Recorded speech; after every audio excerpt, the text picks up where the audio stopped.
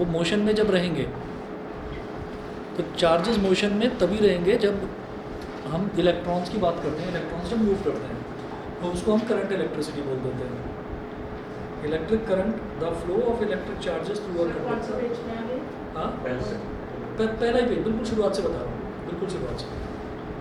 The flow of electric charges through a conductor constitutes an electric current. Quantitatively, electric current in a conductor across an area held perpendicular to the direction of flow of charge is defined as the amount of charge flowing across that area per unit time. तो quantitatively इन्होंने ये कहा कि अगर मान लीजिए कोई हमारे पास अब ये जो लिखा हुआ है ना यहाँ पर, इस डेफिनेशन थोड़ी सी खतरनाक लग रही होगी कि फ्लोइंग परपेंडिकुलरली। तो इसमें आप ये देखिएगा कि जब हम किसी भी वायर की बात करते हैं तो वायर जनरली हम क्या लेते हैं, सिलेंड्रिकली वायर होती है। तो उसमें जब करंट फ्लो करेगा तो वो परपेंडिकुलरली फ्लो करता है। कैसे? अगर ये वायर है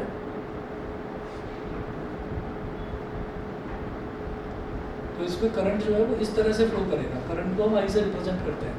तो यानी कि वो जो ये इसका क्रॉस सेक्शनल एरिया है, क्रॉस सेक्शनल एरिया पर परपेंडिकुलरली, क्रॉस सेक्शनल एरिया पर वो परपेंडिकुलरली निकल रहा है करंट उसमें से बाहर। ठीक है, तो वो चीज़ यहाँ पर मेंशन्ड है। हाँ हाँ, दे रहा हूँ भी। पानी की किसी को भी ज़रूरत हुआ करे मांग लिया करो, आजकल बहुत गर्मी है।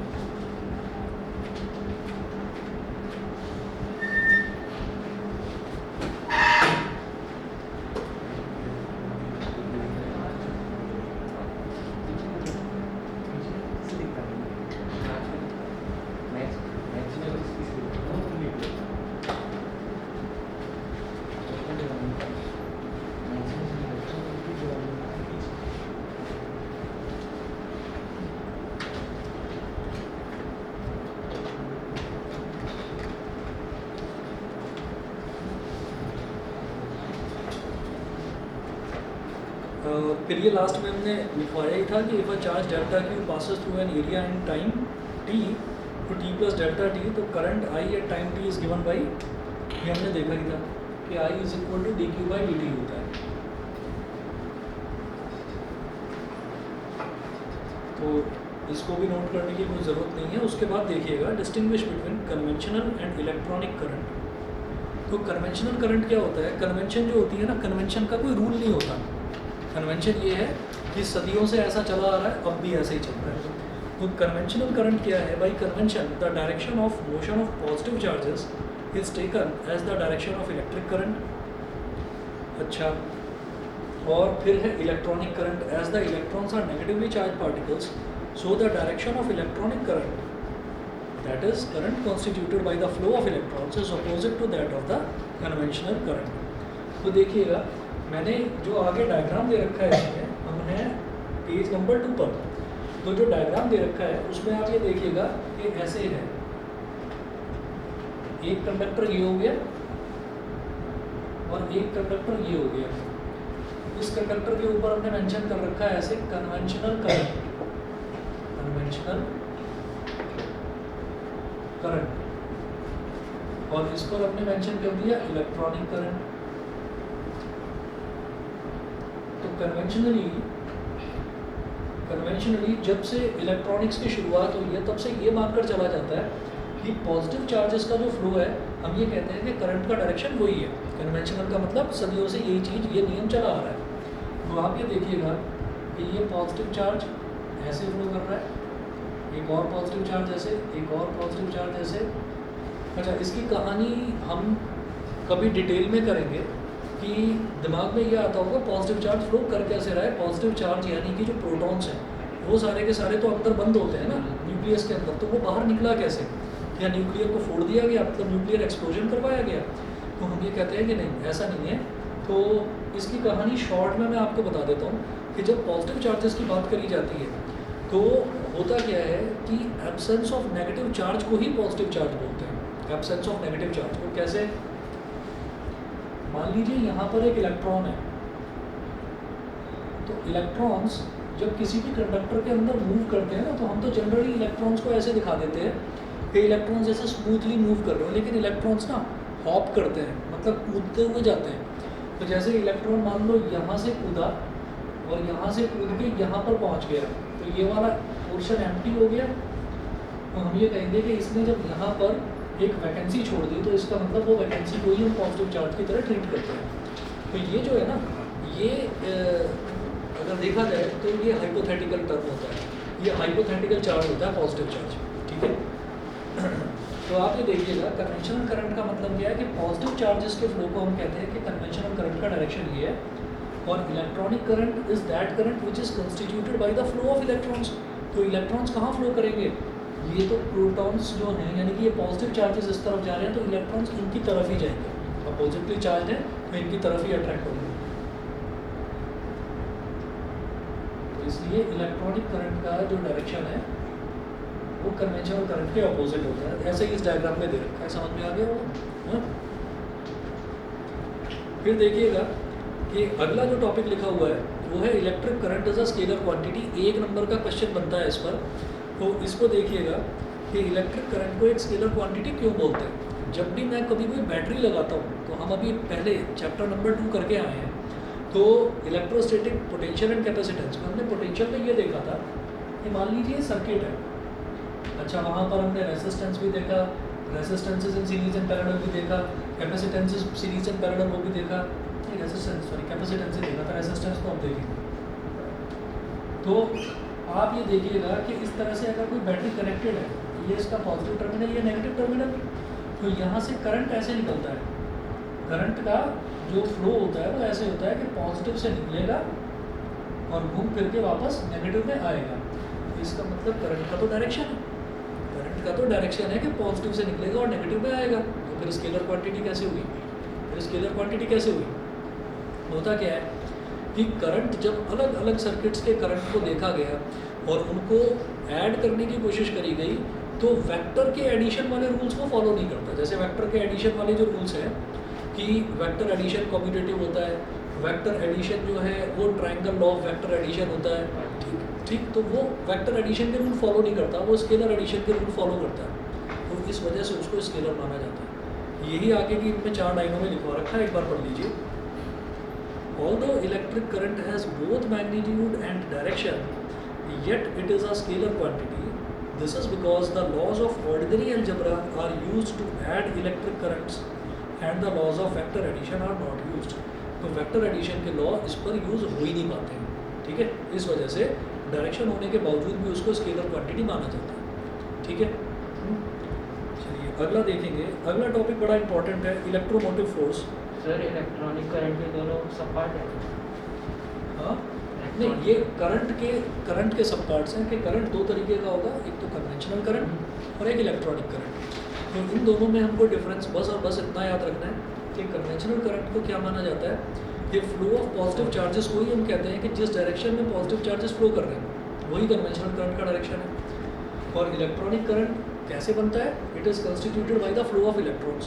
तो इलेक्ट्रॉन्स तो भाई पॉजिटिव चार्जेस के अपोजिट डायरेक्शन में ही फ्लो करेंगे, उनकी तरफ अट्रैक्ट होने के लिए। तो इस वजह से दोनों में बस ये अंतर है कि वो अगर उत्तर की दिशा में जाएगा तो वो दक्षिण में जाएगा, दोनों अपोजिट डायरेक्शन में जाएंगे, बस ये अंतर होता है। समझ गए, ठीक है। अच्छा, अब इसके बाद जो अगला टर्म है वो है इलेक्ट्रोमोटिव फोर्स। इलेक्ट्रोमोटिव फोर्स पहले आप समझिए क्या होता है।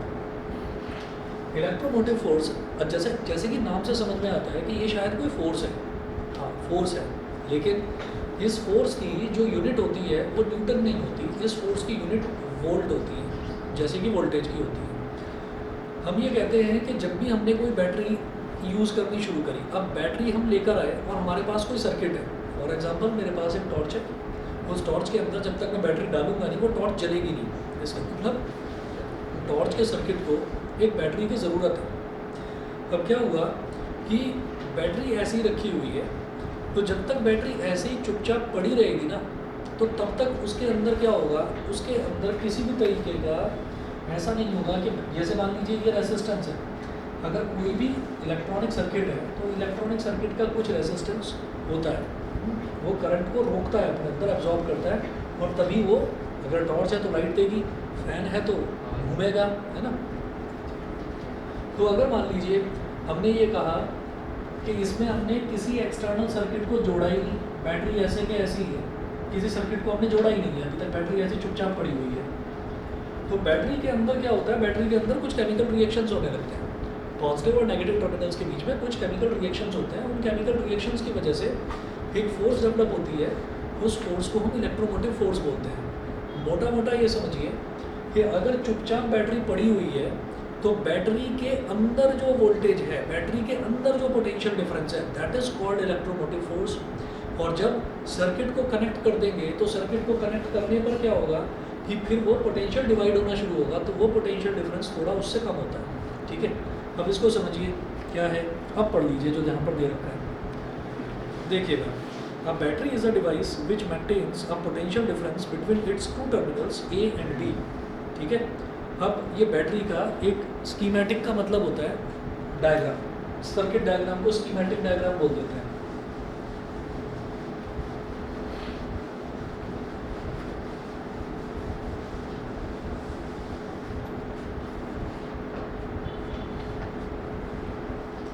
तो हमने पॉजिटिव टर्मिनल को थोड़ा सा बड़ा करके दिखा दिया, ऐसे ही नेगेटिव टर्मिनल को भी बड़ा करके दिखा दिया। और ये हमारा पॉजिटिव टर्मिनल है जिसको हमने टर्मिनल ए बोल दिया, और ये नेगेटिव टर्मिनल है जिसको हमने टर्मिनल बी बोल दिया। टर्मिनल का मतलब होता है कॉर्नर, कोना। अच्छा, ये पॉजिटिव है तो प्लस का साइन, ये नेगेटिव है तो माइनस का साइन। ठीक,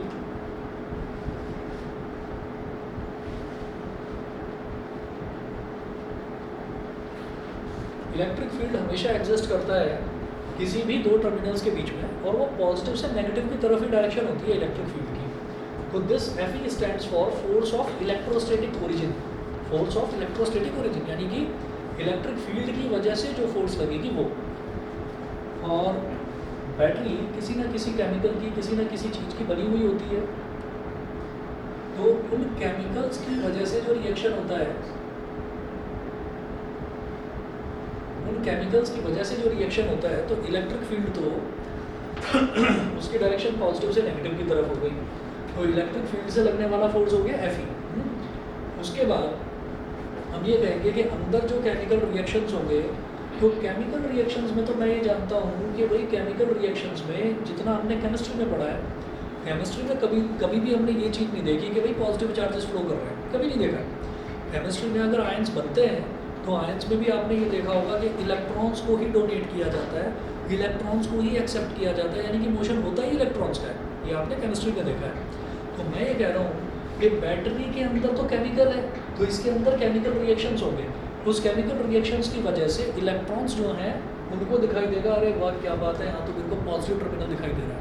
ठीक है, पॉजिटिव टर्मिनल दिखाई दे रहा है तो फ्रीली बाउंड इलेक्ट्रॉन्स हैं। बैटरी है, बैटरी कभी इंसुलेटर तो नहीं हो सकती, बैटरी तो कंडक्ट करेगी, है ना। तो जब बैटरी अगर इंसुलेटर हो गई तो बैटरी का फ़ायदा क्या है, बैटरी तो कंडक्ट करेगी। तो जब बैटरी कंडक्ट करेगी तो इसका मतलब उसके अंदर फ्री इलेक्ट्रॉन होंगे, कंडक्टर के अंदर फ्री इलेक्ट्रॉन्स होते हैं, तो फ्री इलेक्ट्रॉन्स के तो मज़े आ गए, पॉजिटिव टर्मिनल मिल गया। यही तो हमको चाहिए था स्टेबिलिटी के लिए, तो सारे इलेक्ट्रॉन्स इधर भागेंगे। ठीक है, तो ये कहलाएगा Fn। Fn का मतलब force of non electrostatic origin. तो ये है force of non electrostatic origin, और ये है फोर्स ऑफ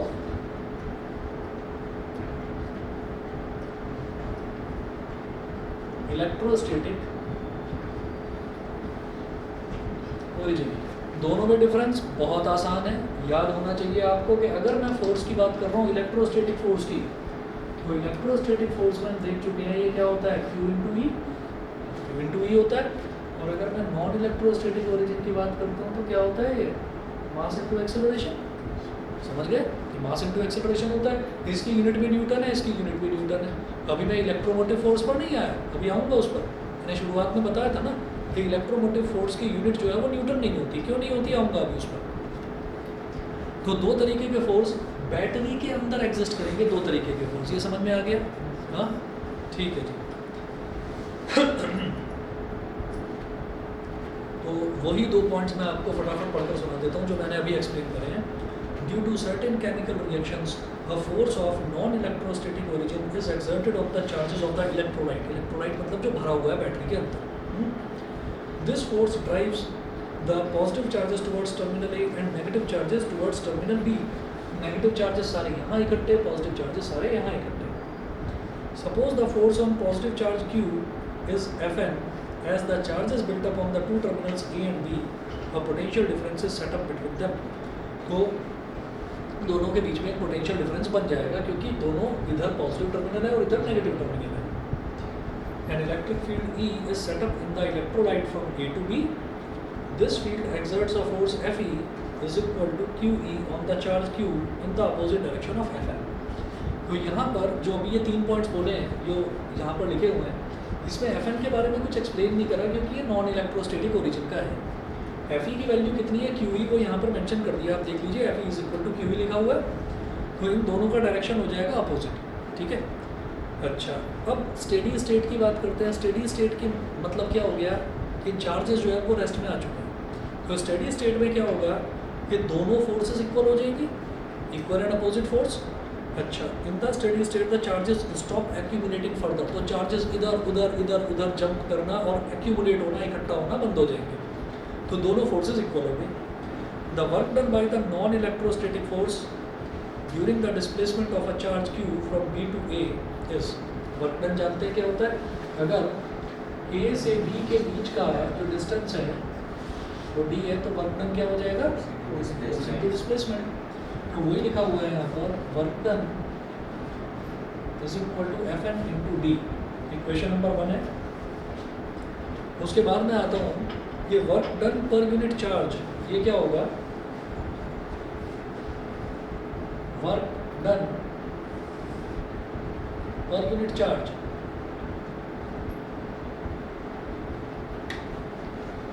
इसको ना जैसे ई बनाते हैं तो कुछ बच्चे ई ऐसा बनाते हैं, कुछ बच्चे ई ऐसा बनाते हैं. तो ये वाला ई बनाना है आपको.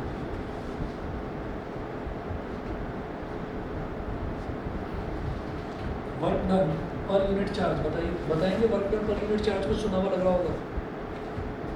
Work done per unit charge क्या होता है?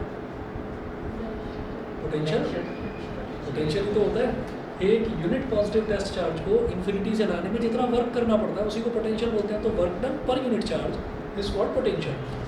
अच्छा, तो वर्क को हमने चार्ज से डिवाइड कर दिया. अब वर्क कितना है? Fn into D upon Q. अच्छा, अब देखिएगा यही जो क्वांटिटी है, the quantity E is equal to W upon Q is called the electromotive force और EMF ऑफ द बैटरी और एनी अदर सोर्स. अब आपको ये समझ में आ गया होगा कि क्योंकि ये फॉर्मूला जाना पहचाना लग रहा है पोटेंशियल वाला, तो आपको ये समझ में आ गया होगा कि ये जो इलेक्ट्रोमोटिव फोर्स है इसकी यूनिट वोल्ट्स की होती है, क्योंकि इसका जो फॉर्मूला है वो बिल्कुल हमें वोल्टेज ही दे रहा है. समझ गए? तो इसका मतलब बैटरी के अंदर की जो वोल्टेज है दैट इज कॉल्ड EMF. बस ये मोटा मोटा आप ये याद रखना, बैटरी के अंदर की जो वोल्टेज होती है उसको हम EMF बोलते हैं. उसके बाद क्या होता है? उसके बाद ना जैसे आप ये देखते होंगे भाई ये वाला जो AC है ये मेरा 5 स्टार AC है, ये बिजली कम खाता है. ये वाला AC मेरा 3 स्टार AC है, ये जो है ये बिजली ज़्यादा खाता है. तो इसका मतलब क्या है? इसका मतलब ये है वोल्टेज तो दोनों को बराबर मिल रही है ना. घर में 220 वोल्ट आती है, 220 वोल्ट से कम पर AC गड़गड़ करने लगता है. 211 तक झेल जाता है, 210 तक भी झेल जाएगा, लेकिन उससे नीचे पर वो गड़गड़ करके बंद हो जाएगा, चलेगा ही नहीं. तो 220 वोल्ट बराबर वोल्टेज सबको मिल रही है. तो एक ज़्यादा कंज्यूम कर रहा है इलेक्ट्रिसिटी, एक कम कंज्यूम कर रहा है. इसका मतलब क्या है कि 220 वोल्ट जो मेरे घर में आ रही है ना, दैट इज़ इलेक्ट्रोमोटिव फोर्स, वो सोर्स है. ठीक है. उसके बाद डिपेंड करता है कि कौन सा डिवाइस कितना ज़्यादा रेसिस्टेंस है उसका, कितना ज़्यादा वो इलेक्ट्रिसिटी को कंज्यूम कर रहा है. तो उस हिसाब से वोल्टेज जो है वो कम होने लगती है. तो इसका मतलब सर्किट में कनेक्ट होने से पहले वोल्टेज बहुत ज़्यादा होती है, बहुत अच्छी वैल्यू होती है वोल्टेज की, और कनेक्ट होने के बाद में वोल्टेज धीरे धीरे जब डिस्ट्रीब्यूट होती है तो वो कम होने लगती है. तो इसका मतलब जो ये EMF है it is always greater than V. ये हमेशा वोल्टेज से ज़्यादा होगा, यानी कि पोटेंशियल डिफरेंस से ज़्यादा होगा. The EMF of a source may be defined as the work done by the source in taking a unit positive charge from lower to the higher potential. वही चीज़ है, इसमें है work done by the source in taking a unit positive charge from lower to the higher potential. आप ये समझ लीजिए कि वहाँ पर जो वोल्टेज होता था वो हायर से लोअर पोटेंशियल होता था, ये लोअर से हायर है, क्यों? नेगेटिव से पॉजिटिव जा रहे हैं ना FN में, ठीक है। और FN क्यों हो रहा है? ये वाला फोर्स कहाँ से आ रहा है? ये केमिकल रिएक्शन की वजह से हो रहा है, जो उसके अंदर इलेक्ट्रोलाइट है बैटरी के अंदर। तो बैटरी के अंदर जितना वोल्टेज है that is called electromotive force, ठीक है। क्लियर है? EMF क्लियर है? तो EMF अगर पूछा जाता है तो यही 3-4 पॉइंट्स आपको एक्सप्लेन करने हैं और कुछ नहीं। पेज नंबर 4 पर आ जाइए। पेज नंबर 4 में है, if the two terminals of the battery are not connected externally, अगर बैटरी के दोनों टर्मिनल्स को एक्सटर्नली यानी कि किसी डिवाइस से कनेक्ट नहीं करा गया है, बैटरी अभी डिस्कनेक्टेड है, तो क्या होगा? तो उस स्टेडी स्टेट में हमारा FN is equal to FE होगा, ये हम देख चुके हैं। और FE की वैल्यू क्या होती है? QE। इस FE की वैल्यू होती है QE। Therefore ये जो FN is equal to FE है, इसको दोबारा लिखो और इधर भी D से मल्टीप्लाई कर दो और इधर भी D से मल्टीप्लाई कर दो। नोट्स में ना समझ में आए तो यहाँ देख लेना। FN is equal to FE था, ये ले लिया आपने, तो इधर भी D से मल्टीप्लाई कर दिया, इधर भी D से मल्टीप्लाई कर दिया। ऐसा क्यों करा? क्योंकि आप ये देखिएगा, जो हमारा FED है, FED है, तो FE की जगह मैं QE लिख दूंगा, और ये जो E इंटू D होता है यही तो वोल्टेज होता है।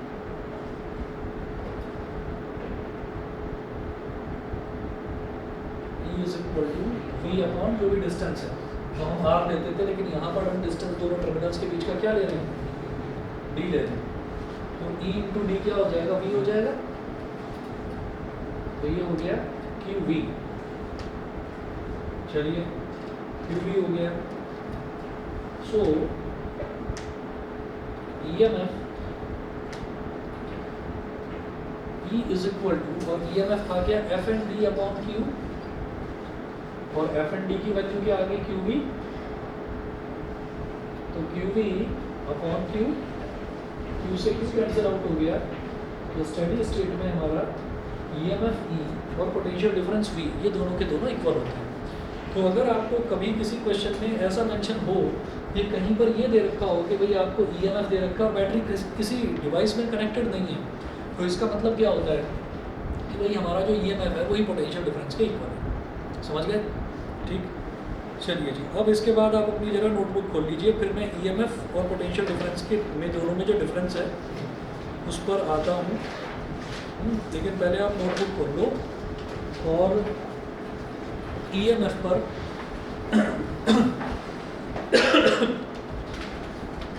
क्वेश्चंस करेंगे। क्वेश्चन नोट करने की ज़रूरत नहीं है, NCERT में जो एक्सरसाइज दे रखी है लास्ट में, उसका क्वेश्चन नंबर 1 करवा रहा हूँ। सबसे पहले एक्सरसाइज का क्वेश्चन नंबर 1 है,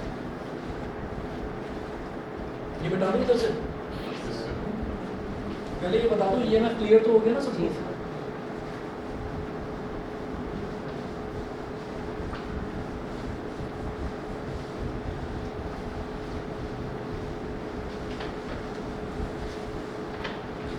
अच्छा, नोट्स में आप ये देखेंगे कि नोट्स में ना मैंने कुछ टॉपिक्स जैसे ख़त्म हुए हैं, तो ख़त्म होने के बाद में मैंने क्वेश्चंस लिख रखे हैं, और वो क्वेश्चंस जो हैं वो CBSE वाले ही क्वेश्चन है, जो CBSE में आ चुके हैं।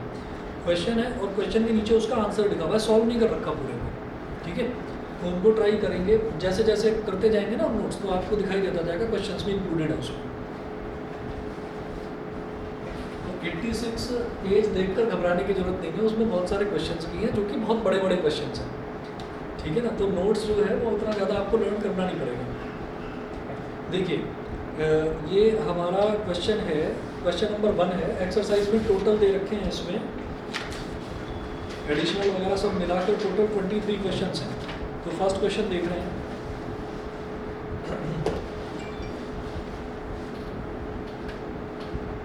Question number 1 NCERT.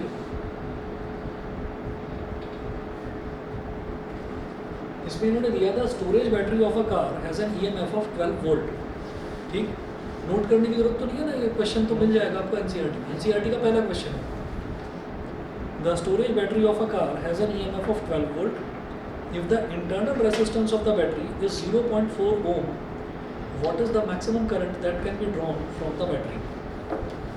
अच्छा, अब एक चीज़ और देखिएगा कि जैसे मान लो आपको कभी कोई बैटरी दे रखी है, ये कार की बैटरी दे रखी है, तो इन्होंने क्या बोला, the storage battery of a car has an EMF of 12 volt. तो इसका मतलब क्या है कि ईएमएफ मेरे को 12 वोल्ट दे रखा है, मतलब 12 वोल्ट से ज़्यादा ये वोल्टेज डिलीवर कर ही नहीं सकती ये बैटरी, मैक्सिमम 12 वोल्ट होगा। ठीक है, क्योंकि इसके अंदर 12 वोल्ट ही है, बस इसके अंदर का वोल्टेज इतना ही है। अब if the internal resistance of the battery is 0.4 ohm, इसका मतलब ये है 0.4 ohm. This R is for internal resistance, small R से डिनोट होता है। स्मॉल आर से। ये आपके लिए बिल्कुल नई टर्म है। जो रेजिस्टेंस होता है उसको हम कैपिटल आर से डिनोट करते हैं और इंटरनल रेजिस्टेंस को हमेशा स्मॉल आर से डिनोट करते हैं। तो इंटरनल रेजिस्टेंस कहाँ पर होगा, ये किसी डिवाइस के अंदर नहीं होगा, डिवाइस कोई भी होगी उसके रेजिस्टेंस को तो कैपिटल आर से डिनोट करेंगे। मान लीजिए 10 डिवाइसेस हैं तो R1, R2, R3, R4 ऐसे बोलेंगे, capital R1, capital R2, capital R3 ऐसे। और इंटरनल रेजिस्टेंस ये एक ही होगा, बैटरी के अंदर होता है बस, कि बैटरी खुद इतना रेसिस्ट कर रही है, बैटरी खुद इतना कंज्यूम कर रही है। तो वो कह रहे हैं कि ये ईएमएफ है, ये इंटरनल रेसिस्टेंस है, तो वो मैक्सिमम करंट कितना डिलीवर कर पाएगा। तो यहाँ पर आप लिखेंगे by using Ohm's law equals to I R, E is equal to I into small r, I into small r, क्योंकि बैटरी कनेक्टेड नहीं है, कहीं पर लिखा नहीं है। उन्होंने कहा कि बस ये बता दो मैक्सिमम करंट कितना डिलीवर कर पाएगी ये, अभी कनेक्ट करा ही नहीं है उसको। तो I कितना हो जाएगा, E अपॉन R, और E कितना है 12 और R कितना है 0.4, पॉइंट गया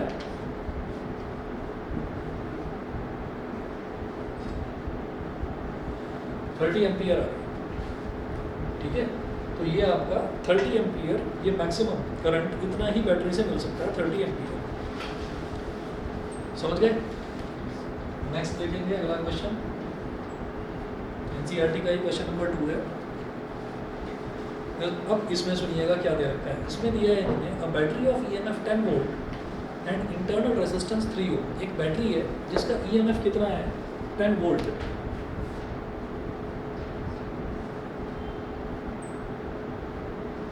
और internal resistance 3 ohm is connected to a resistor. इसको किसी रेजिस्टर से कनेक्ट कर दिया जाता है। ठीक, if the current in the circuit is 0.5 ampere, circuit में करंट है 0.5 एम्पियर। तो मैं इसका एक बार आपको डायग्राम बना देता हूँ।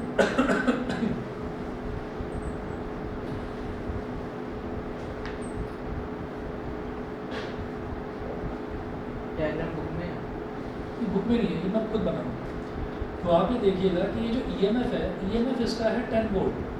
ठीक है, और इसके अंदर यहीं पर ऐसे ना क्या करते हैं, जैसे 10 वोल्ट लिखा हुआ है तो कॉमा करके 3 ओम लिख देते हैं।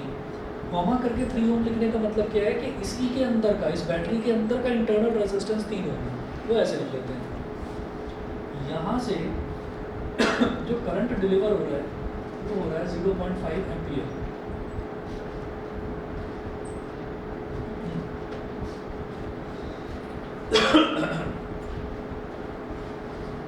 ऑब्वियसली कितना है ये करंट, अगर मान लीजिए मैं मैक्सिमम करंट की भी बात करूँ तो 10/3 कितना हो जाएगा 3.33 एम्पियर मैक्सिमम करंट। तो ये होगा ना, करा के ये आ रहा है 0। हाँ, ये आपने करा के, ये मैं इस वजह से बता रहा हूँ कि जैसे यहाँ पर मैंने मैक्सिमम करंट निकाला था, मतलब कनेक्ट करने से पहले, तो आपको ईएमएफ को ही रेजिस्टेंस से डिवाइड करना होता है। बात करना भाई।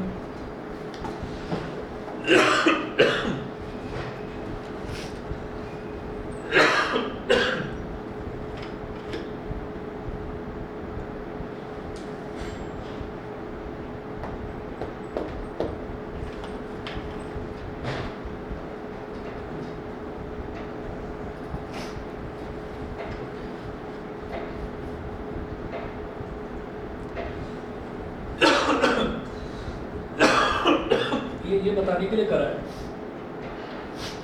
कि अगर वो कनेक्टेड है तो करंट जो है वो कम ही डिलीवर करेगा, वो ज़्यादा डिलीवर नहीं कर सकता। जब डिस्कनेक्टेड था तो देखो कितना ज़्यादा था करंट, लेकिन अब वो 0.5 एम्पीयर यानी कि कम करेगा। अच्छा, आगे ये बोलते हैं if the current in the circuit is 0.5 ampere what is the resistance of the resistor. इस रेजिस्टर का रेजिस्टेंस बताइए। एक तो ये पूछ रहे हैं और फिर पूछ रहे हैं what is the terminal voltage of the battery when the circuit is closed. Circuit is closed का मतलब क्या है कि सर्किट इज क्लोज्ड का मतलब ये है कि ये यहाँ पर ओपन नहीं है सर्किट, मतलब जुड़ा हुआ है, मतलब ये कनेक्टेड है। सर्किट इज क्लोज्ड का मतलब ये है कि कनेक्टेड है, ठीक है। अब देखिएगा क्या करना होगा। सबसे पहले उन्होंने पूछा कि आपको ये एक्सटर्नल रेजिस्टेंस R बताना है। तो हम ये कहेंगे कि E is equal to I, total resistance कितना है। हम ये कहेंगे कि भाई टोटल रेजिस्टेंस, एक तो ये रेजिस्टेंस कैपिटल R है और एक ये small r, capital R plus small r। बिल्कुल दिमाग में ये चीज़ मत लेकर आइएगा कि अच्छा बैटरी तो यहाँ पर लगी हुई है, ये वाला रेजिस्टेंस यहाँ पर है। तो याद रखना बैटरी का जो रेजिस्टेंस है वो हमेशा सीरीज़ में ही होता है, वो जुड़ता ही है हमेशा, वो ऐड होता है, सीरीज़ में ही रहता है, वो हमेशा ऐड होता है। उसमें ये मत सोचना कि पैरेलल में है तो रेजिस्टेंस, ऐसा नहीं है, ठीक है। वो हमेशा ऐड होता है। अच्छा, जो ई है, ई हमको कितना दे रखा है 10, आई कितना दे रखा है 0.5, कैपिटल आर मुझे कैलकुलेट करना है, प्लस स्मॉल आर कितना है 3। तो capital R plus 3 is equal to 10 upon 0.5, point गया और 0। कैपिटल आर की वैल्यू आ गई 20 माइनस 3 मतलब 17 ओम, ठीक है। अच्छा, अब वो कह रहे हैं कि जब सर्किट क्लोज्ड होगा, क्या पूछ रहे हैं ये पूछ रहे हैं what is the resistance of the resistor. ये तो हमने निकाल दिया। What is the terminal voltage of the battery when the circuit is closed. जब सर्किट क्लोज होगा तब उसका आप टर्मिनल वोल्टेज बताइए। तो अब क्या है कि ये जो 10 वोल्ट और ये जो 3 ओम है, इसकी कहानी तो अब खत्म हुई। मेरे पास रेजिस्टेंस कितना आ गया 17 ओम, करंट कितना है 0.5, ठीक है। तो इसका मतलब इतना रेजिस्टेंस है, इतना करंट जा रहा है, तो अब वोल्टेज कितना होगा when the circuit is closed.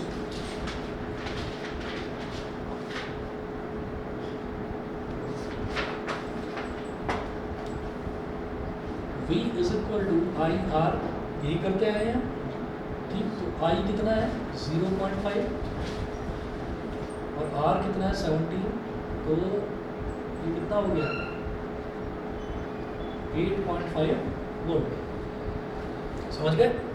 तो आप ये देख लीजिए कि क्या हुआ, 10 वोल्ट था, मैक्सिमम कैपेसिटी 10 वोल्ट थी, लेकिन जब भी कोई सर्किट कनेक्ट होगा तो उसका जो वोल्टेज है वो ड्रॉप हो जाएगा, वोल्टेज कम हो जाएगा। तो 8.5 ही वो डिलीवर कर रहा है।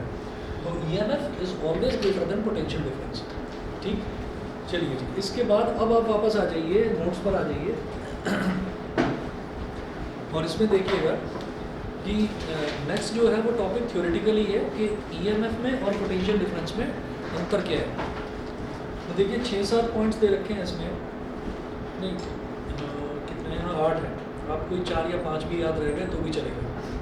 वो ये नहीं बोलते कि आपको इतने सारे पॉइंट्स बताने हैं, ठीक है। कोई 4-5 भी याद रह गए तो भी एग्जाम में चलेगा।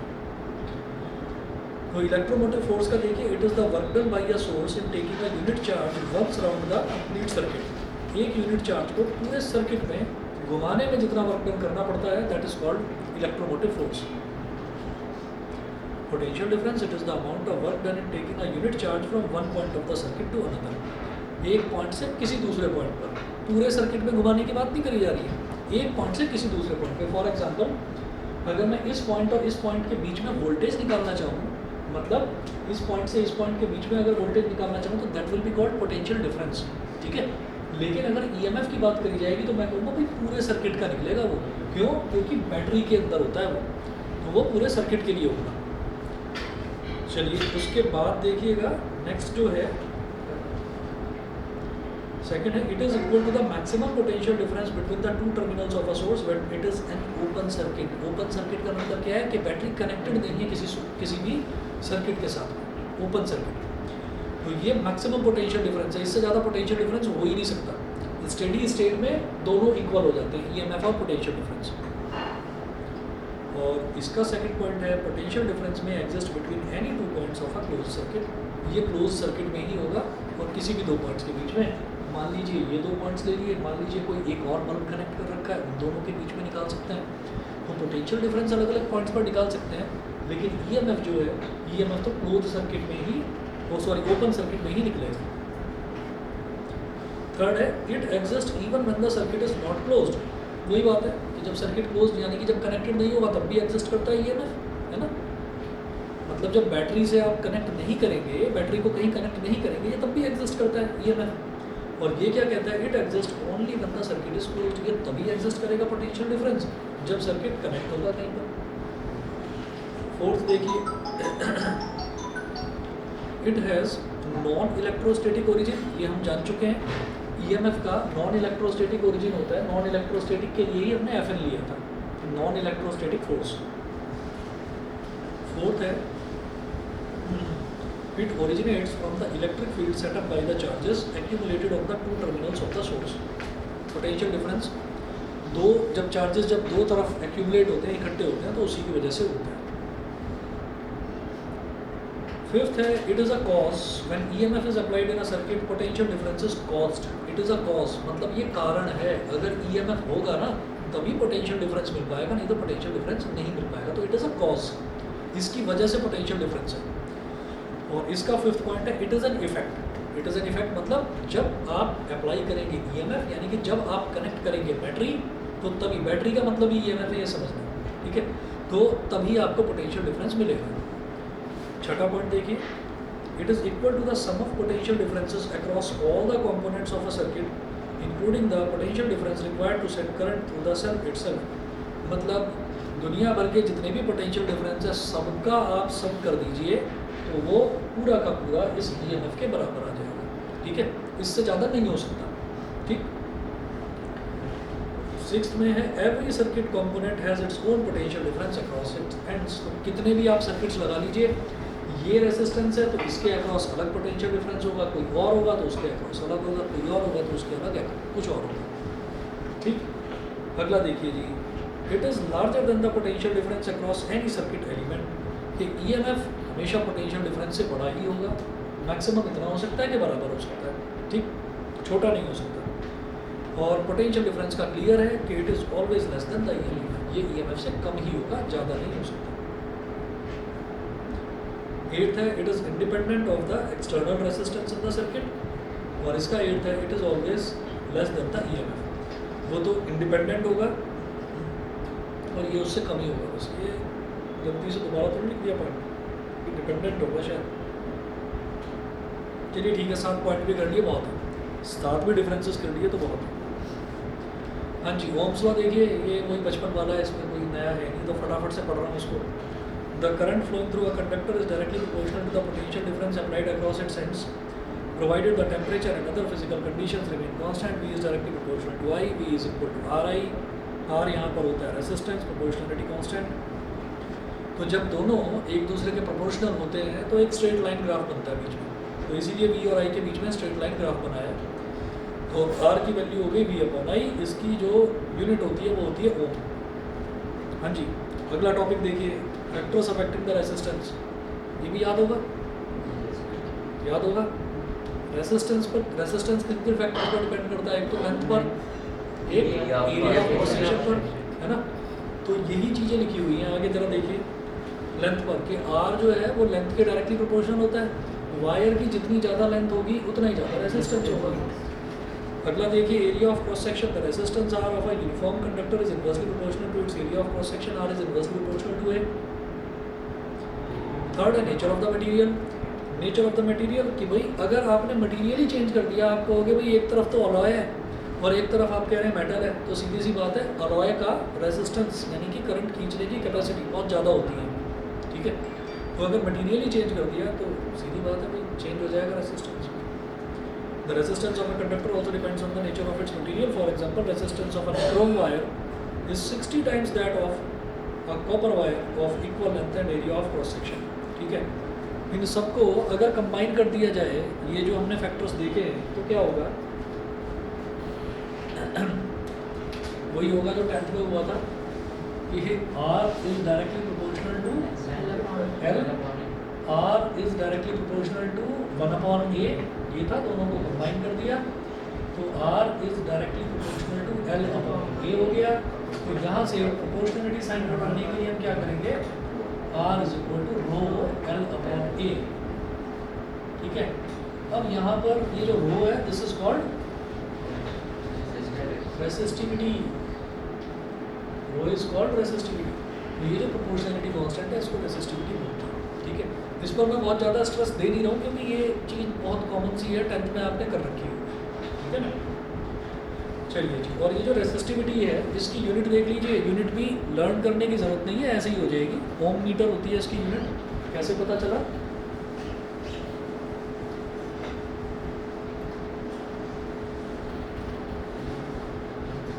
अगर मैं यहाँ से रो निकालता हूँ तो रो क्या हो जाएगा,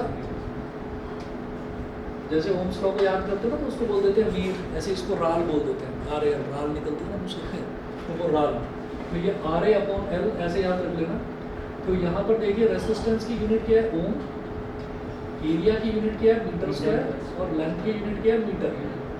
न्यूमरेटर में क्या हो गया ohm into metre square, denominator में क्या हो गया मीटर, 1 मीटर से 1 मीटर कट गया, तो ओम मीटर इसकी ऐसा ही यूनिट। जरा ये बताइए डेंसिटी क्या होती है, ऐसी density mass upon volume, mass upon volume ये होता है। अब हम अगला टॉपिक इसमें देख रहे हैं करंट डेंसिटी। तो करंट डेंसिटी की जब हम बात करेंगे तो ये हमारे पास जो है ये आता है करंट पर यूनिट एरिया, क्योंकि करंट जो है वो किसी वॉल्यूम के अंदर नहीं होगा, बस ये याद रखना, ठीक है। तो यहाँ पर वॉल्यूम ना लेकर एरिया लेंगे। The current density at any point inside a conductor is defined as the amount of charge flowing per second through a unit area held normal to the direction of the flow of charge at that point. मैंने definition को थोड़ा सा बड़ा कर दिया, मैंने कह दिया charge flowing per unit time per unit area, charge flowing per unit time Q/T, ये तो आई है ही, तो आप सीधे सीधे current flowing per unit area बोल सकते थे, है ना। तो चाहे वो बोल दो चाहे ये बोल दो, एक ही बात है। कुल मिलाकर इसको रिप्रेजेंट करा जाता है J से, J is equal to Q/T, charge flowing per unit time upon area. Charge upon time क्या होता है करंट होता है, तो I/T, बस करंट डेंसिटी क्या होगा करंट अपॉन एरिया। अच्छा उसके बाद देखिएगा ये इक्वेशन नंबर 1 है, हम हैं पेज नंबर 7 पर, पेज नंबर 7 पर है। करंट डेंसिटी देख लिया आपने इक्वेशन नंबर 1, हाँ। अब आगे का सुन लीजिए बस। If the area A is not perpendicular to the direction of current and normal to this area makes angle theta with the direction of current. तो देखिएगा जो करंट की हमने डेफिनेशन देखी थी उसमें हमने ये कहा था कि करंट जो है वो हमेशा जो एरिया ऑफ क्रॉस सेक्शन है ना उसके नॉर्मल होना चाहिए, मतलब परपेंडिकुलर होना चाहिए। अब अगर वो परपेंडिकुलर नहीं है तो कैसे होगा, हमने कहा करंट ऐसे फ्लो करे तो बहुत अच्छी बात है, मतलब ये क्रॉस सेक्शनल एरिया है तो उस पर वो परपेंडिकुलर फ्लो करके निकले तो बहुत अच्छा है। अब नहीं कर रहा है, नहीं कर रहा है मतलब हमने ये कहा कि करंट तो भाई ऐसे फ्लो कर रहा है, इसको एरिया को थोड़ा सा टिल्ट कर दो,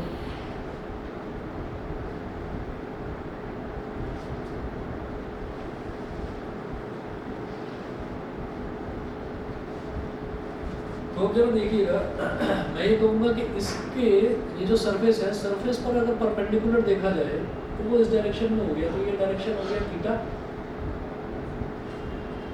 ठीक है। और हम क्या करेंगे कि ए वेक्टर जो है वो इस डायरेक्शन में है, तो थीटा इसके साथ वाला कंपोनेंट क्या होगा, ए कॉस थीटा, समझ गए कि नहीं। जो एंगल के साथ वाला कंपोनेंट होता है वो कॉस होता है, जो परपेंडिकुलर होता है वो साइन होता है, ठीक है। तो मुझे क्या लेना है, मुझे तो करंट के अलावा, क्योंकि करंट तो सीधी लाइन में फ्लो करेगा, ठीक है। तो करंट ये हो गया, तो इसका मतलब ऐसे में हम क्या बोलेंगे, इन्होंने इस कंपोनेंट को, जो नोट्स में मैंने लिखा हुआ है, तो नोट्स में इस कंपोनेंट को ए एन लिखा हुआ है और लास्ट में इसको बता भी दिया कि A N is equal to A cos theta.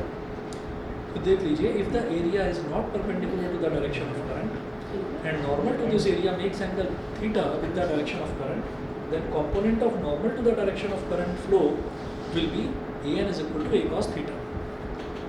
Then current density becomes, तो current density क्या बन जाएगी, J is equal to जो I upon A था, अब वो सिर्फ इसका horizontal वाला component लेगा जो current के direction के along है, सिर्फ वो वाला upon A cos theta, ठीक है। और इससे क्या करा, इसको J को मतलब J के साथ में मल्टीप्लाई कर दिया, ये हो गया जे ए कॉस थीटा, जे ए कॉस थीटा। तो जे ए कॉस थीटा को मैं क्या बोल सकता हूँ, J vector dot A vector, समझ गए होंगे। एक ए वेक्टर डॉट बी वेक्टर क्या होता है, ए बी कॉस थीटा, तो ये डॉट प्रोडक्ट का फॉर्मूला बन गया, ठीक है ना। तो इस वजह से इसको J vector dot A vector लिख दिया।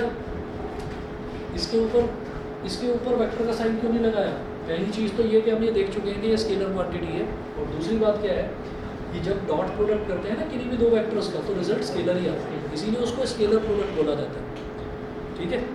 अब कंडक्टेंस वाले टॉपिक से अगली बात करते हैं, ठीक है। आज और इसका प्रिंट आउट अभी कोई मत निकलवाना, प्रिंट आउट के लिए मैंने बोला है, मेरे पास प्रिंट आउट आएंगे तो मैं आपको सबको डिस्ट्रीब्यूट कर दूँगा, ठीक है। तो बहुत लंबा चौड़ा मेहनत करने की जरूरत नहीं है कि एक एक चीज़ लिखनी पड़ रही है। सिर्फ ये चैप्टर होगा, 3 होंगे, चैप्टर नंबर 3, 4 और 5।